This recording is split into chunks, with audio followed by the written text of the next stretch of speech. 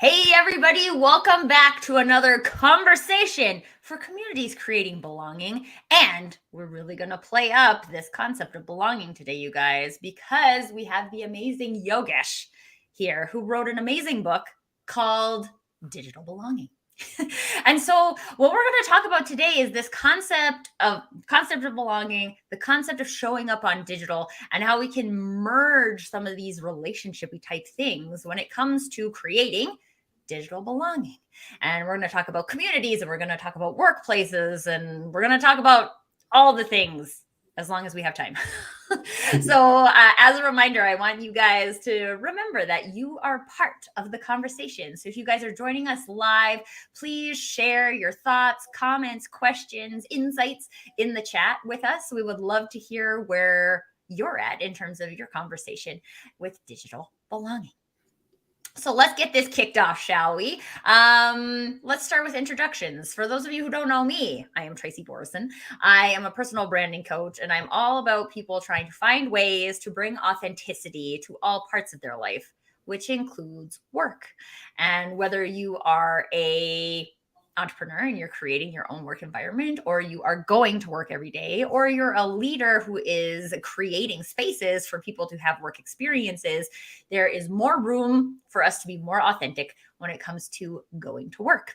And that, I think most of you know a lot about me, and my passion about belonging is that we can be authentic. I believe we can be authentic, and we can find places where we belong, and we don't have to trade one of those things. We don't have to fit in.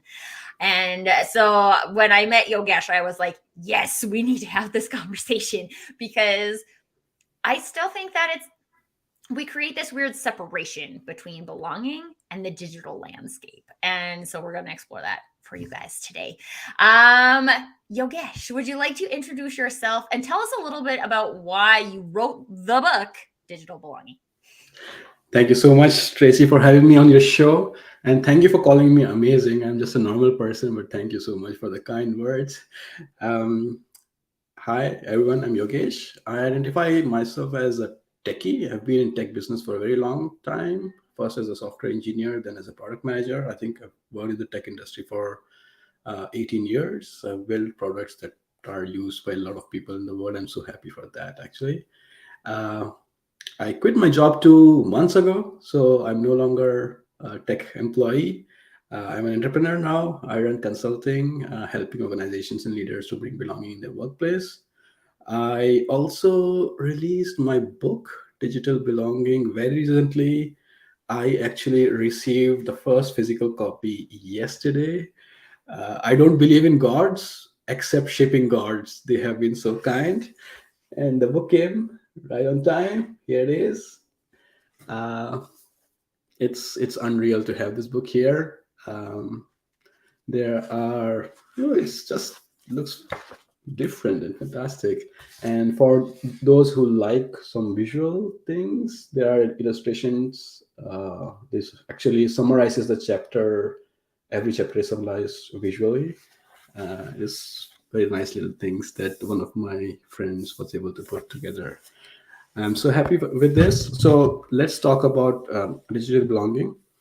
Um, the ideas of the book were always latent in my book, in my head, but um, I never thought that I would actually write a book per se.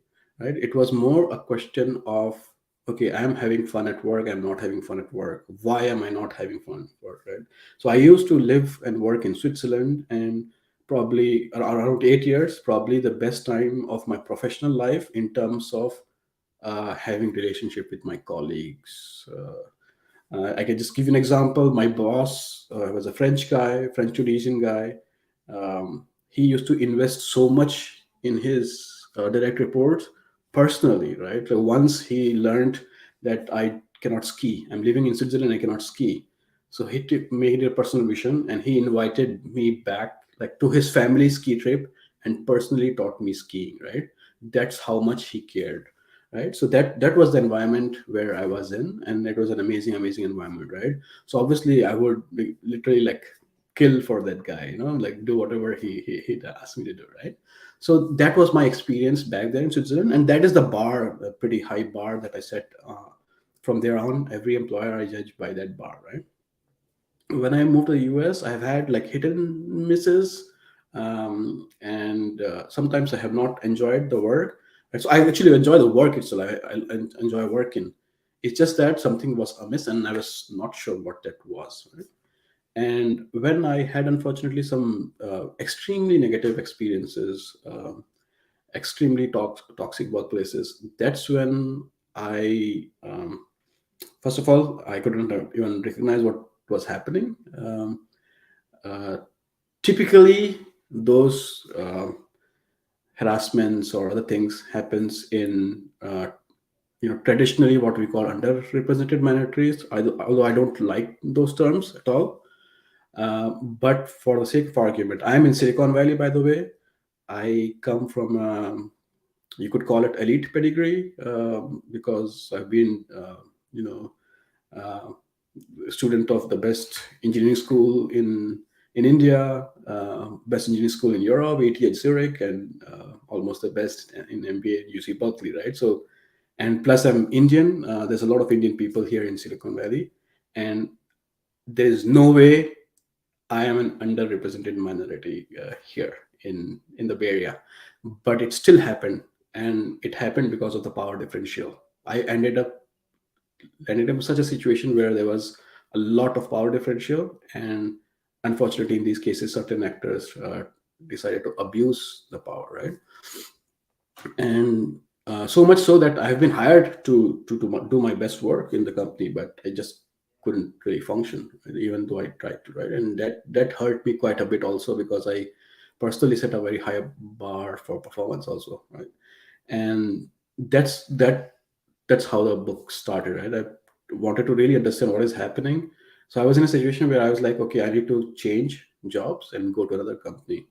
But then, like, how do I choose? How do I know I will not land up in similar situation? How do I even find? Okay, you can go look at Glassdoor reviews, but how much can you glean from anonymous reviews per se, right? And I don't know what kind of company I want to be working at, and I don't know how to find it. And I actually don't know what are the characteristics of a company where I want to be working. And my extreme curiosity led me to ask these questions and go seek out answers and talk to a lot of uh, people who are much more knowledgeable in this field than myself. Think I'm talking about social psychologists, organization psychologists. I'm talking about professors in universities who are doing cutting edge research on this topic, and a lot of people, a lot of friends, a lot of strangers on that I met on LinkedIn, who are willing to help out. And right, so together it started taking a shape of the book, and that's how it all started.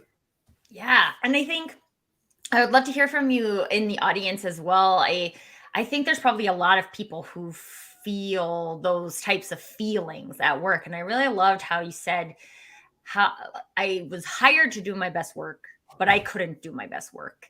And one of the things I remember feeling, like, I like to tell people I don't have apathy. Like, I don't know how to be apathetic. I don't know how to go and not give 100%. If I'm going to go and do a thing, I'm going to, not that I'm great at all the things, but I'm going to do it the best I can Yeah, every single time. And being in a work environment where, oh, like, you want to do that, but you really don't care. I felt very conflicted every day because I was like, I'm going to come and do this. And then I'm just going to be mad that I came and did that because nobody cares. yeah, Right. And I think this kind of conversation about nobody cares is really when we start to get access to belonging. Because in my experience, when you're in a space where you belong, you feel like people care, that people see you, that people hear you, that people respect you.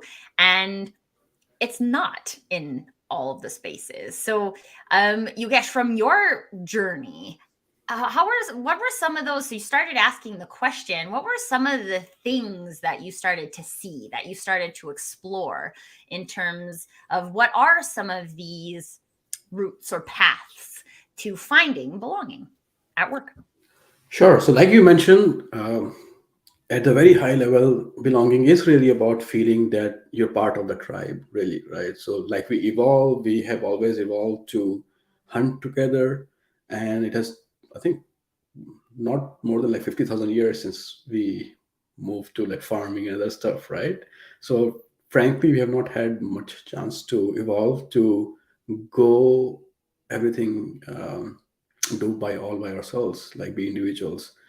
And what struck me, um, there's things that I could see. For example, I was interviewing it for a position at a very big, I was a Fortune 5 company once, and the interviewer tells me, "Okay, I'm going to introduce myself. Here's my name. Here's what I do.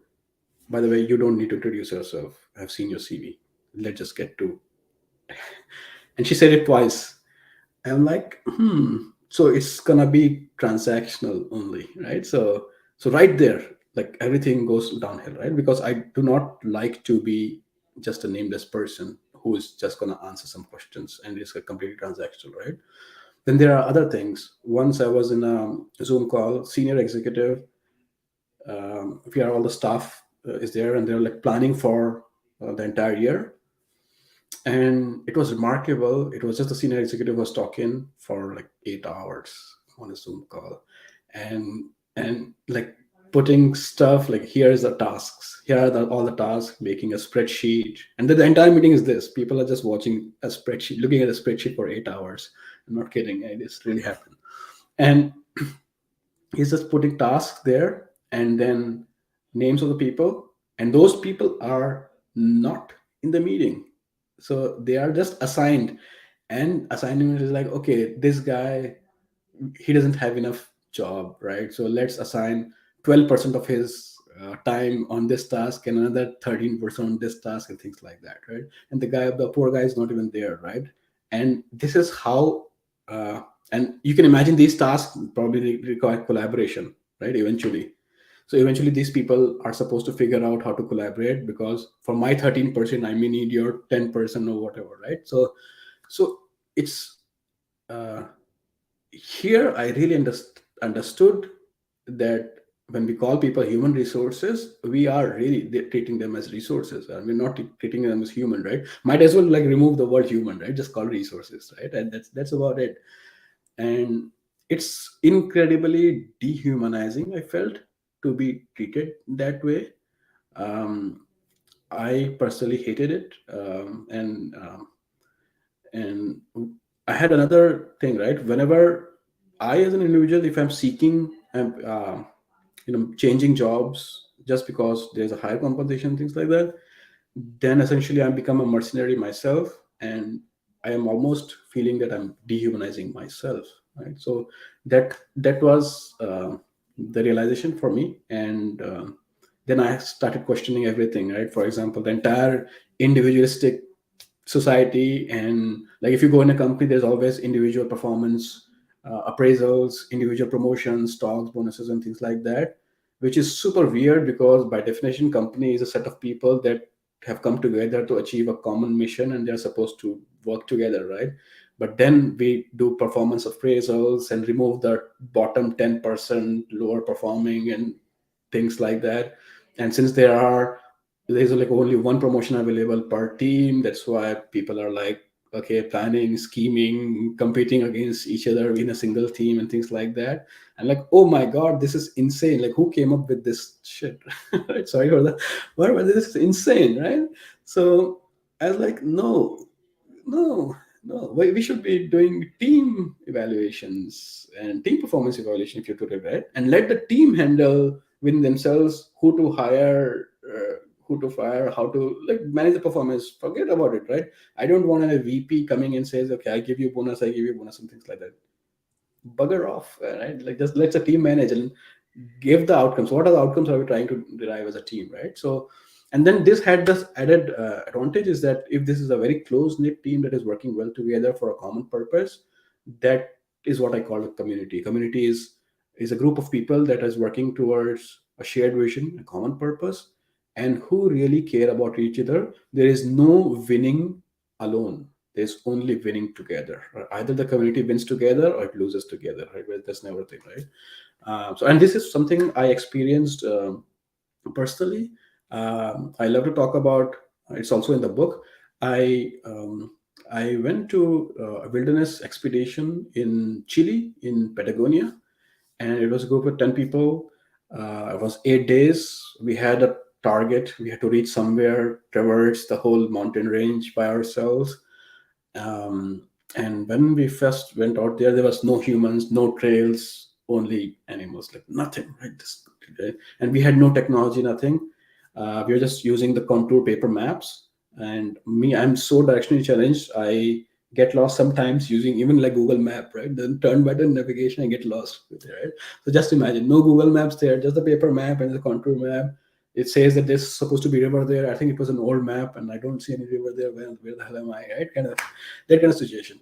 I realized if we behave there as we behave in teams here in Silicon Valley, every single one of us is gonna die. That was for sure out there. You cannot survive there out on your own, right? So I think there's a movie about it called Into the Wild about this, but that's just movie. Like, trust me, you will die alone there, right? So we had to be together, and this is what I experienced. The team, everyone had the same realization, and suddenly no one wanted to be the first to reach the target after 8 days. That's bullshit, right? So, and in fact, I fell down from a hill and I twisted my ankle on the toughest day of the hike, and I expected some murmurs, some complaints, and things like that, and there were none. So people, I had like 65 pounds on my back, and we were traversing like 5,000, scaling 5,000 feet per day. Hike days were very long, 10 hours. So that from 10 hours, that became 13 hours because of me. That's what I was feeling because of me. But the entire group, they never made me feel that it was because of me. They never pointed out that it was me who was slowing them down, right? So we are winning together or losing together, doesn't really matter, right? And I think after a long period of time, first time I was part of the team where I felt that I belong to this team, right? And I did not know any of them before, so I don't need years and years of friendship, prior friendship, to feel a sense of belonging, right? It's just how we behave, right? We are seen, we are valued, part of the group, and every single person is valuable, right? And it's funny, right? There's a McKinsey report that came out. It says that the number one cause where people are leaving their workplaces is because they lack a sense of belonging, right? And I figure that there's no communities apart from ERGs. I think there is no communities inside companies. And how can you feel belonging if there's no community at all, right? Like, it doesn't make any sense, right? So nothing makes sense. So that's why I write this book. Like, what the hell is going on? Well, and I think this is the thing, right? Because on one hand, the human brain likes easily tangible things, right? Yeah, Easy things that are easily trackable. And I always think about this in terms of like sales KPIs, right? Like yeah, tracking how many calls someone made is very easy to do. It's easy to track, it's easy to report.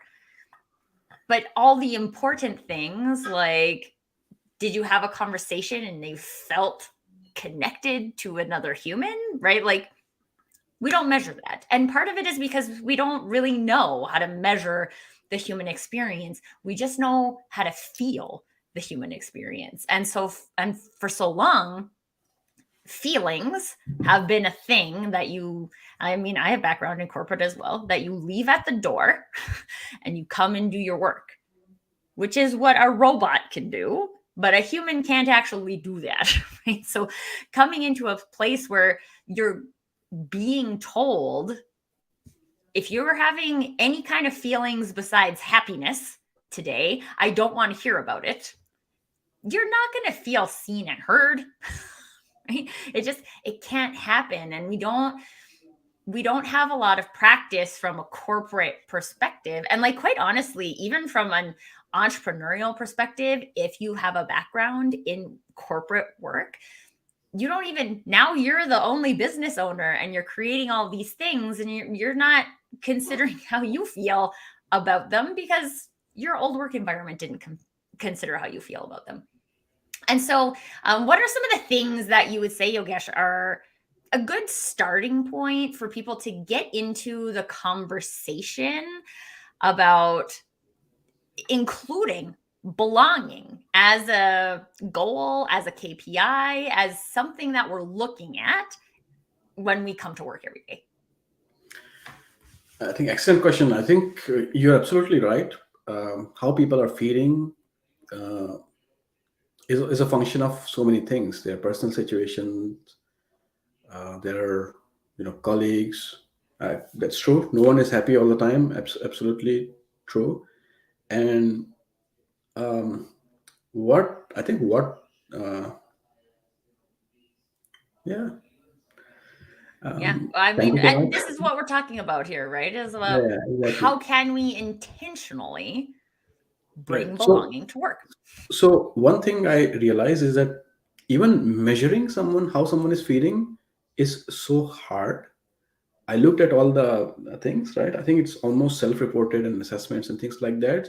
And I actually took some of those assessments and to figure out, and I'm like, the results were like, I don't really understand. It really like captures what I'm feeling right now, right?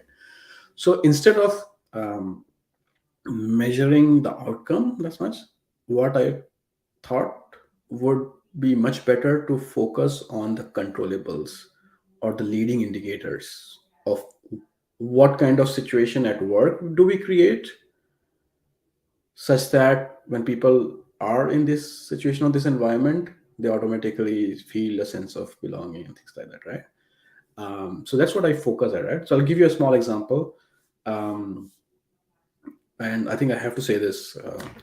In digital belonging, the word digital is a wordplay, is an acronym. It stands for dignity, inclusion, growth, independence, trust, appreciation, and love. It's just that I thought it would be easier. And these are the human needs. And so we focus on each of these needs. And once we have like met those needs, then essentially you're feeling a sense of belonging, right? That's the idea. And I give an example. So uh, take transparency, right? People like to say that we are super transparent, we are an open organization, things like that, right?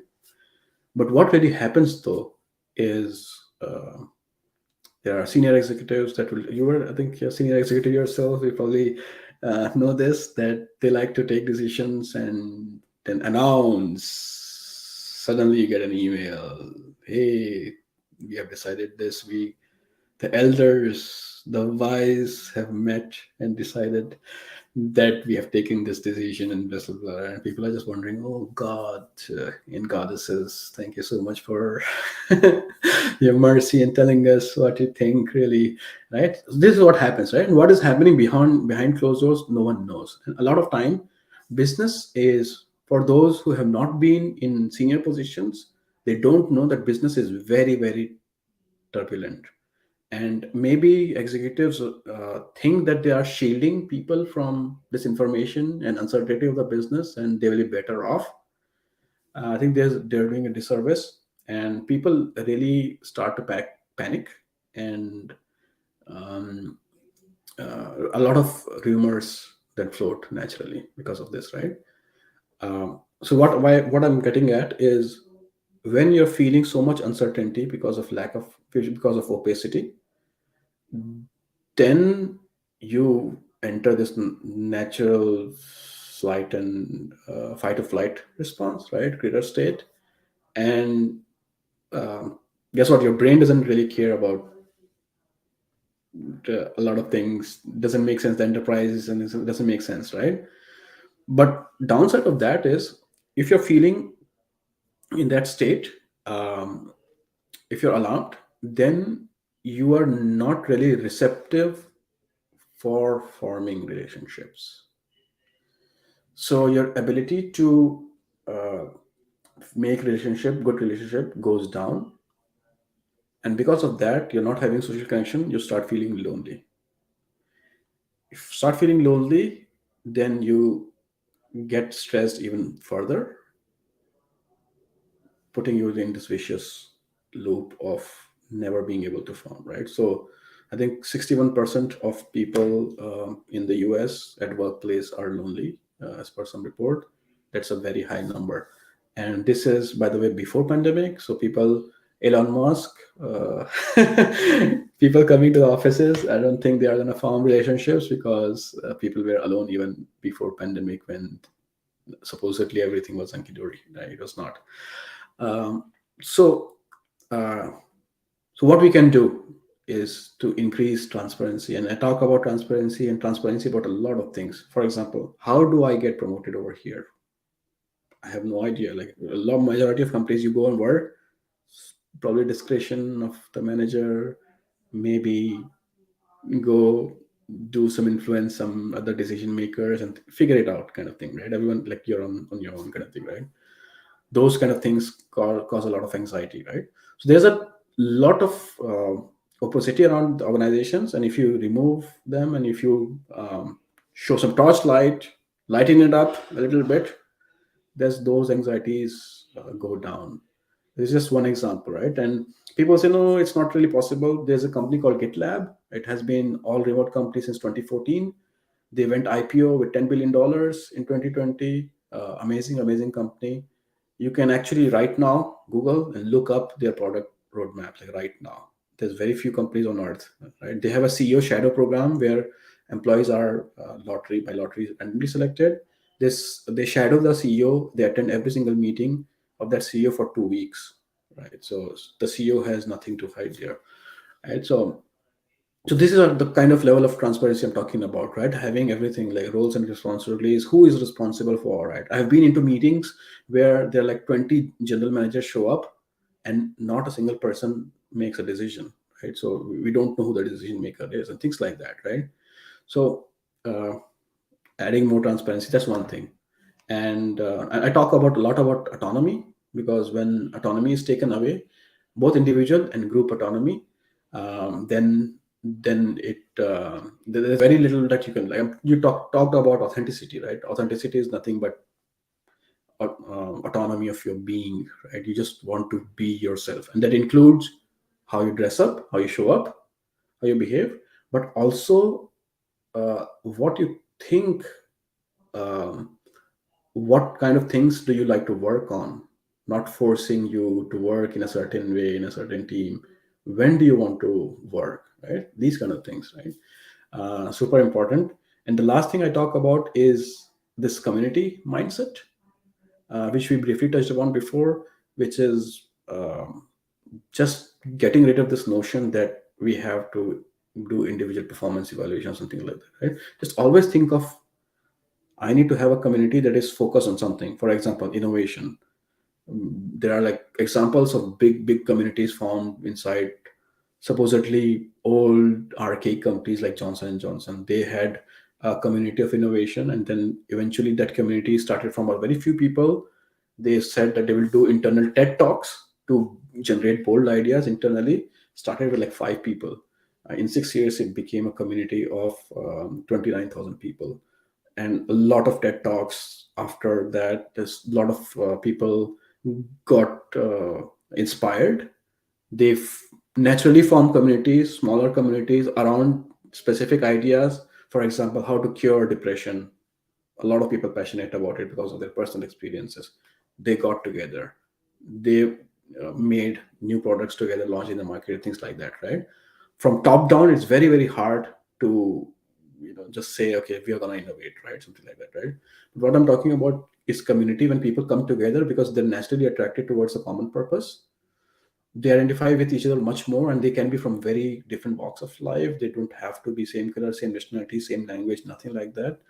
And they still come together and they can feel a very high sense of belonging, because they have, it's not something that they have been assigned to a certain team with a certain manager and they're supposed to stick there for 1 year before they can change the team and things like that. Everything is so rigid, right? We talk about how capitalism won, thank you Captain America, but inside is so communist, like every single company, right? Central planning and things like that, right? So I, a bit of autonomy and community we can help.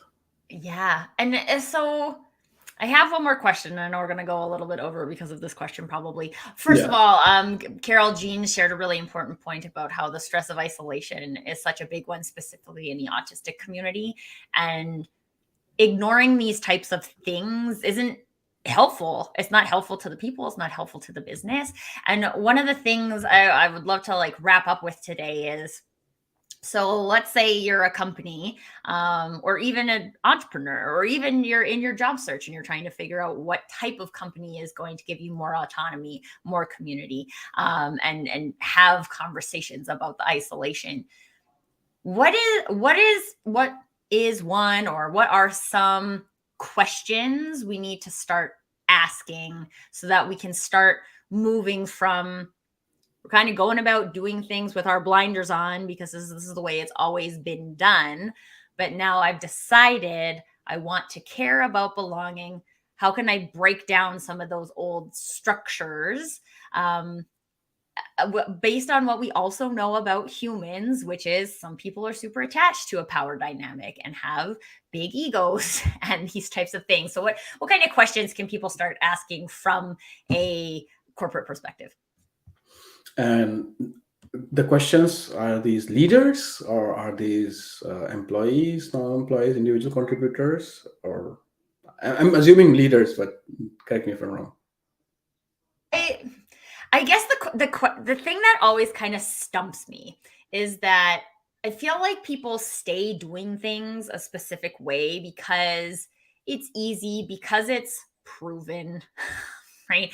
Um, and really, it's not. And in my experience, it's almost this like level of curiosity that we need to facilitate so we can explore and not have like guilt associated with the way that we did it before or the way Yeah. things have always been done. Because if we're focusing more on that and less on being curious about how we can continually make things better, we get stuck. And when I think about getting curious, I think about questions. So yeah, let's take it from the maybe the most reasonable piece of, Right. what are some of the questions that leaders can ask to start to move their organization in the right direction? So I think the very first question I would ask as a leader is, where is the world going towards, right? And if we, I think we can all agree, uh, recent announcement of from Elon Musk withstanding, that the remote work is here to stay, and a lot of people are going to be working remotely. A lot of um, office has moved to the cloud. Um, Companies have become entirely digital, right? So companies will exist digitally. They will exist in metaverse and things like that, right? So what is the problem? Is the talent acquisition the problem? Probably less so if you have a wide pool of global talent available for you to hire, right? I'm not talking about today's state of art, just 5 years from now, right? So there are companies right now, startups, where you can actually click a button. I think this company called Turing.com. Click a button, and they will assemble you software engineering team. Just like click of a button, you just tell, I want to do this XYZ project and things like that. Click a button, team. You don't care, everything is abstracted out. You don't care where this team is located. Maybe located different places globally and things like that. And this is happening today, right? So acquisition is not a problem. What is the problem? The talent retention is going to be the problem, right? So just ask yourself, if all the talented people, all the talented employees have the option to switch with a click of a button, what is holding them here in this organization? What is that glue, right? And uh, without doubt, it's not the benefits or 401k, because everyone is going to be offer them.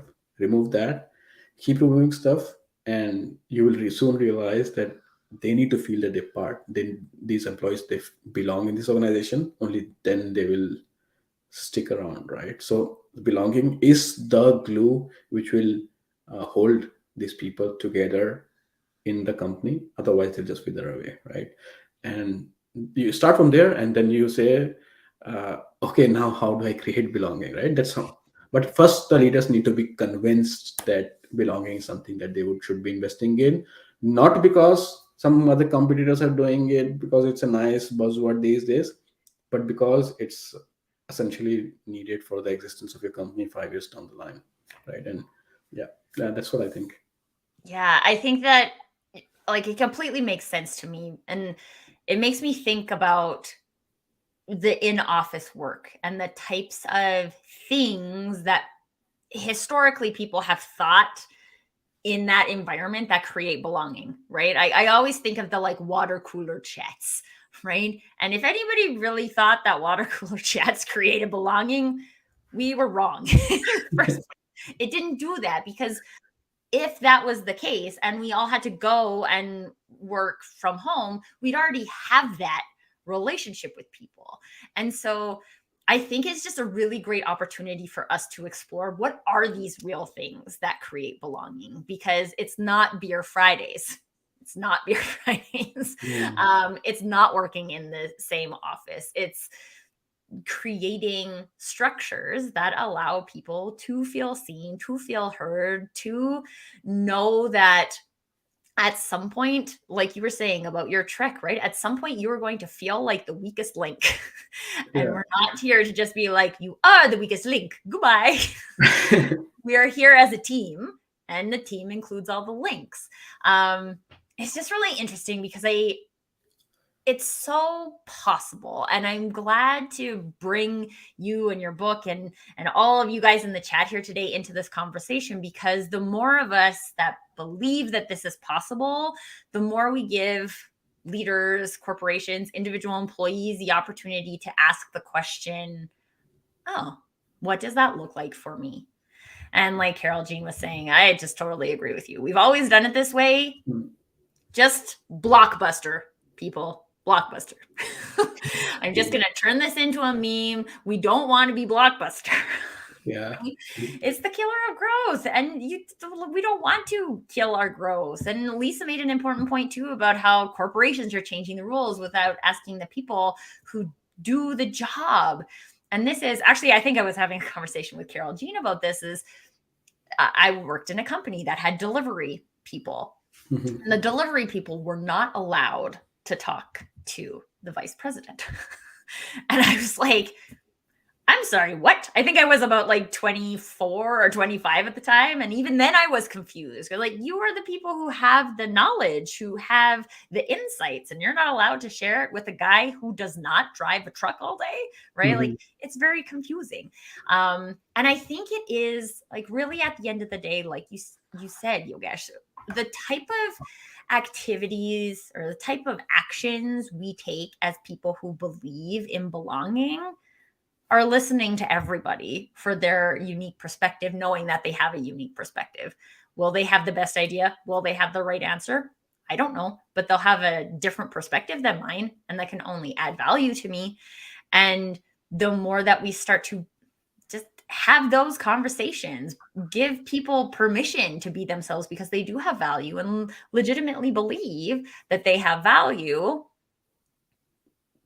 we get people who feel seen, people who feel There's heard. there's an example of this very good example from, again, this my favorite company, GitLab. I'm now an official no, unofficial ambassador of GitLab because I love that company so much. But it's just that any new projects that happen inside GitLab, they have this period where they said, okay, we are going to be doing this and we are seeking inputs, and then they put it out to everyone in the company. So there was like instances of person from legal offering her inputs from like to a marketing project and things like that, right? Think about it.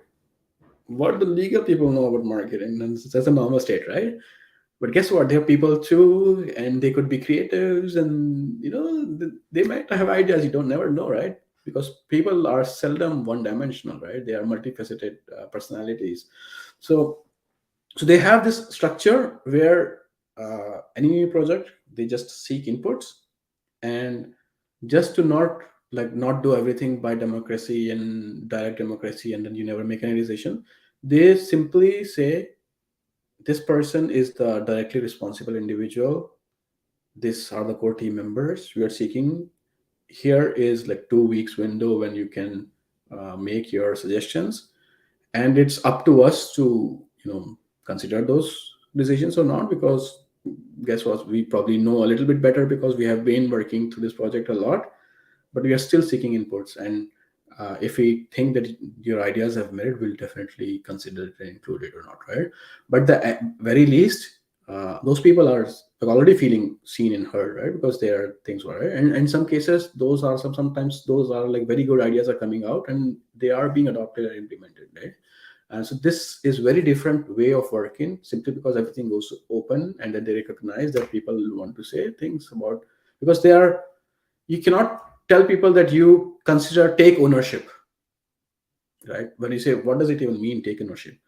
Because you have to consider that this is your business. You have to feel that this is your business. Every single person should feel that it is their business and not just the SVP, right?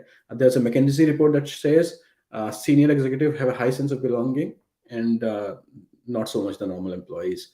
It's because they have a very strong sense of ownership. They have transparency to all information that is going on with the business and things like that. For a person who's just supposed to go execute their job, don't ask questions, don't give ideas, you don't need to know what's going the hell is going on in the business and things like that. There's no way they are gonna feel ownership. They are not gonna feel belonging, and they're gonna jump ship right at the first opportunity that they get. For someone like, they might as well, okay, I'm just in here to pay the bills. Might as well go to a company that pays me the highest bill, right? That is a logical conclusion that I would draw as a professional myself. Yeah, for sure. And I will say, from my perspective, I was a senior vice president and I did not feel belonging. Oh, really? We I felt like I had discussed. to like defend my values and everything every day. I would say within my team, I had a lot of belonging, and then Yeah. on the management team, not so much. But this is the thing, right? We don't even like, we never had a conversation about that. I don't even know that I like, now I have some language to put with my feelings, like the experience that I had. But it was legitimately one time I told my boss, who was the CEO, that I had to defend my time from her because she was always trying to steal it. And she was so mad because she was like, it's like, I employ you. You owe me your time. And I was like, no, like I could quit at any time.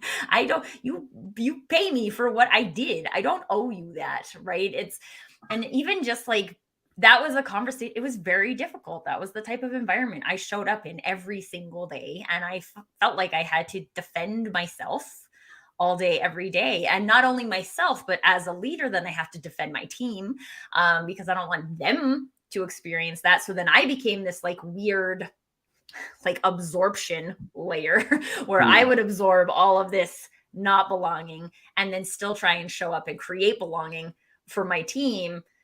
And it creates a weird break, right? Like, just like you said earlier, Yogesh, you cannot do it yourself. One person cannot do this. It has to be the team. And if the team is not invested, if the senior leadership, including the CEO, is not invested, you will feel it in the organization. So, uh, I'm very curious. Did you know that the word belonging? Did you know that you're feeling a lack of sense of belonging, or something else? Nope. Like, how did you? No, I would say that belong, and this is why I was so excited to bring this conversation to people. I think it's becoming more and more popular to talk about, but I was, and I don't know if this is my experience or if you guys in the chat have had the same experience, but there was like this specific definition of what the team was, right? And there's this framework of what the team does is you go to work and you have a team meeting every day and you share your challenges with each other. And this is the escalation process. And every quarter we have a team event, and it is just a bunch of scavenger hunting. And then once a year we do performance reviews, and they're individual, and we rate each other, but everybody's bonuses are based on it. But you provide feedback to the CEO, but the CEO doesn't actually do anything differently. And there's like this structure for what it looks like to be part of the team. And unless you, I feel like from even like the upper management layer, like I didn't have the autonomy to challenge that definition of team. And so I tried to just make it work for me. I tried to work within the box. And what I've learned about myself is I am just not good at being slammed into someone else's box, which is why I went the entrepreneur route. But I also believe that that isn't required. It's not required from a corporate productivity standpoint to slam people in a box. And so when we can add language like belonging, and you guys can take away and share with your clients or share with the people you meet questions like, do you feel like it's a place where you belong? And you get that like emotional response, right? Like you either agree or you disagree. And you're like, oh, no, I don't belong there. And that was the thing that came to me in the end, right? Like I've worked here for 8 years and never have I belonged here. I've always like, I haven't changed myself that much because I'm not willing to do that. But I've been trying to change this organization for 8 years to be some place where I can belong instead of me accepting that I don't belong here and I need to go somewhere where I can belong. Yeah, I noticed that your usage of the word box. I think in the book I have a sentence where I use the word box like 15 times. Which is probably grammatically frowned upon, but it Yeah. sounds like it's making a very good point. Yeah, exactly. Yeah, but you're right. It's a feeling, right? And you don't have to be in a corporate setting or anything like that. You just know, right? I just remember once I was with my boss, and since I have lived quite a long time in Europe, I just feel that I belong in Europe. And I was in Vienna for a business trip, and after our meetings were done, we just said, okay, let's take a walk. And this was actually my first time visiting Vienna, and it just felt I was like, I know what I want. I want mulled wine. Mulled wine, for those who don't know, it's a warm wine mixed with some spices and herbs. It's amazing. It's specialty of Europe. And I just like, okay, the environment says I need a mulled wine. I have not been here. Okay, let me get some mulled wine. I started walking in a general direction. It's almost as if like I'm sniffing stuff, and then finally I found a place where they were selling mulled wine and things like that. So that I was like, got that feeling. That feeling is belonging. I know this here. I am welcome here. This is my place. I can call it home, kind of thing, right? That's what we are looking for. People say that we cannot recreate it in the workplace. I completely disagree. I agree with you and disagree. Because there's just no reason why it's not available. I think the primary problem is that we're not focusing on that. We have no intention of creating belonging. And if we look at the actions we take, the systems we create, the processes we implement, and we look at it from a lens of, does this create more belonging or less belonging? We can make better decisions. But that question has to be included in the list of, is this easy to track? Is it automatable? Is it? And we ask a lot of questions, but we don't ask the question about whether or not this creates more or less belonging, more or less inclusion, more or less equity, right? And these are just the types of questions we have to ask when we're doing these things. Exactly. Okay, I feel like we could talk about this all day, but I'm going to wrap it up right now. And there's a couple of comments too. I just want to quickly go through. Carol Jean is talking about conversations like this are how we create accelerated growth and authentic human connection that serves everyone. And hey, guys, if you're working in an organization and you don't want accelerated growth, then I guess you can forget about it. But I'm pretty sure everybody does accelerated growth. And Lisa is sharing that it seems like the rules aren't the same for everyone, that harder workers don't get recognized. And I would say that's probably based on where you are. There are, like, I don't know, maybe GitLab does a great job of that. It sounds like they're amazing, and now I'm going to check them out. But if you are one of those workers, if you feel like you work harder than your employees and you don't get, or your coworkers, and you don't get any more recognition, that's an issue with belonging. Mhm. Right? You feel like, I went to all the trouble to put in this extra effort. I felt this all the time, Lisa. You told me that it was due by end of day Monday. And I always did whatever it took to make sure that was done by end of day Monday. And the rest of my coworkers madly trying to get it done before the 11 a.m. meeting on Tuesday, right? Mhm. Why did I do that? I did that because I am me and I'm not willing to trade, and you told me that was the expectation, and I meet expectations, but like it doesn't feel good because you actually don't. That's a hit against your belonging, right? All of this effort I just put in, not seen. So why would I do that? But I'm not the empathetic type, so I can't not do it, right? Hence my problem that we had at the beginning. And Lisa's also saying that sometimes, unfortunately, the organization changes the person, and that's true. And I think conversations like this are critical in making sure that doesn't happen, because if we go into an organization and we think in order for us to achieve at this organization or keep my job or any of those things that I have to be something different than I am, then I allow that to influence who I am. But if I know that that is wrong, those expectations are wrong, that I have value, that I should be able to be my authentic self at work, and I can believe that, then it's much less likely that we'll lose who we are in a working environment. And then Manisha is sharing, by the way, often Lisa is it's absolutely right. People change. I have seen toxic behavior being very, very contagious, and perfectly nice gentleman becoming a sort of a jerk within 2 months because he was part of a jerk organization, right? So you're absolutely right. That's why this has to be dealt with at a systemic level, not at the individual level. You cannot point out people that you're a jerk, right? There are possibly environments and incentives that are misaligned. absolutely. Yeah. And Manisha is sharing, often it is dismissed as fluff. Get your tech work done and move on. This is a huge I'm sure we could talk for another hour just about that. Yeah. And there's so many, even when you think about like how we use language, right? Things like soft skills, people skills, right? And then you look at what people look at on a resume, and it doesn't say anything about people skills. It just asks me, how long were you a manager? I was a manager for 10 years. I was a pretty shitty manager for 10 years, but no one asked me that, so I'm not going to put it on my resume, right? People skills historically have been second class skills in the working environment. But what we're looking at in terms of the direction that work is moving, hashtag future of work, those skills, people are realizing that actually all along they were the most important skills.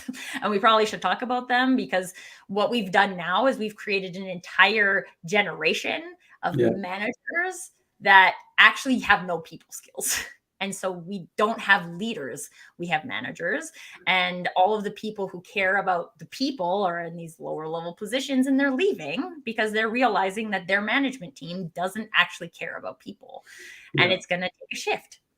I think we have to still also like do a better job in explaining the strategic value of this very important work and strategic to businesses, because you can never ignore the fact that the companies exist for making a profit. Well, if it is a profit company, yes, right. And we have to do a better job of explaining what are the results or of effect on the bottom line of the company if we do this versus that, right? Then it is no longer a fluff. I agree with you. I completely agree with you. Then a lot of this can be hype and fluff and nice to do things, make some pretty slides and things like that. But maybe use a different language. Maybe call it something different, right? So, but our task is cut out. But I think I'm very optimistic. Well, and like I'm with you on that. Like, we're not going to say just trade all of your revenue Yeah. for people. And at the same time, how can we explore, again, like that curiosity coming out? How can we create more belonging for our people so that it contributes to the profit? Because that might be possible, but it's not possible if we don't ask the question. So I hope sorry, We'll chat one last offline more. It's a very interesting topic for me, I guess. I'm pretty sure. We need to wrap this up, I think. yeah. Thank you So so you much. guys definitely check out the book. There was a question earlier, Yogesh. Is it on Audible? I think it's just brand new on Amazon right now, right? It's on Amazon. Yeah. Yeah. So go get it on Amazon, you guys. It's gonna help you switch your mindset, start asking yourself these questions about how can we create more belonging? Where can we start? What type of questions can we ask? It is an amazing read. I got a sneak peek. So I was lucky. But definitely check it out. Connect with Yogesh on LinkedIn. He's tagged in this post. So you can just click on his name and find him and connect and get the book. This conversation about belonging is an ongoing conversation. It's an ongoing exploration into yourself as to what creates belonging for you. And so we're glad you came today. And the conversation does not stop here. So Yogesh, thank you so much for your time today. Thank you guys so much for showing up live and sharing your thoughts and insights. And until next time, everybody, permission to do you. Thank you, Tracy.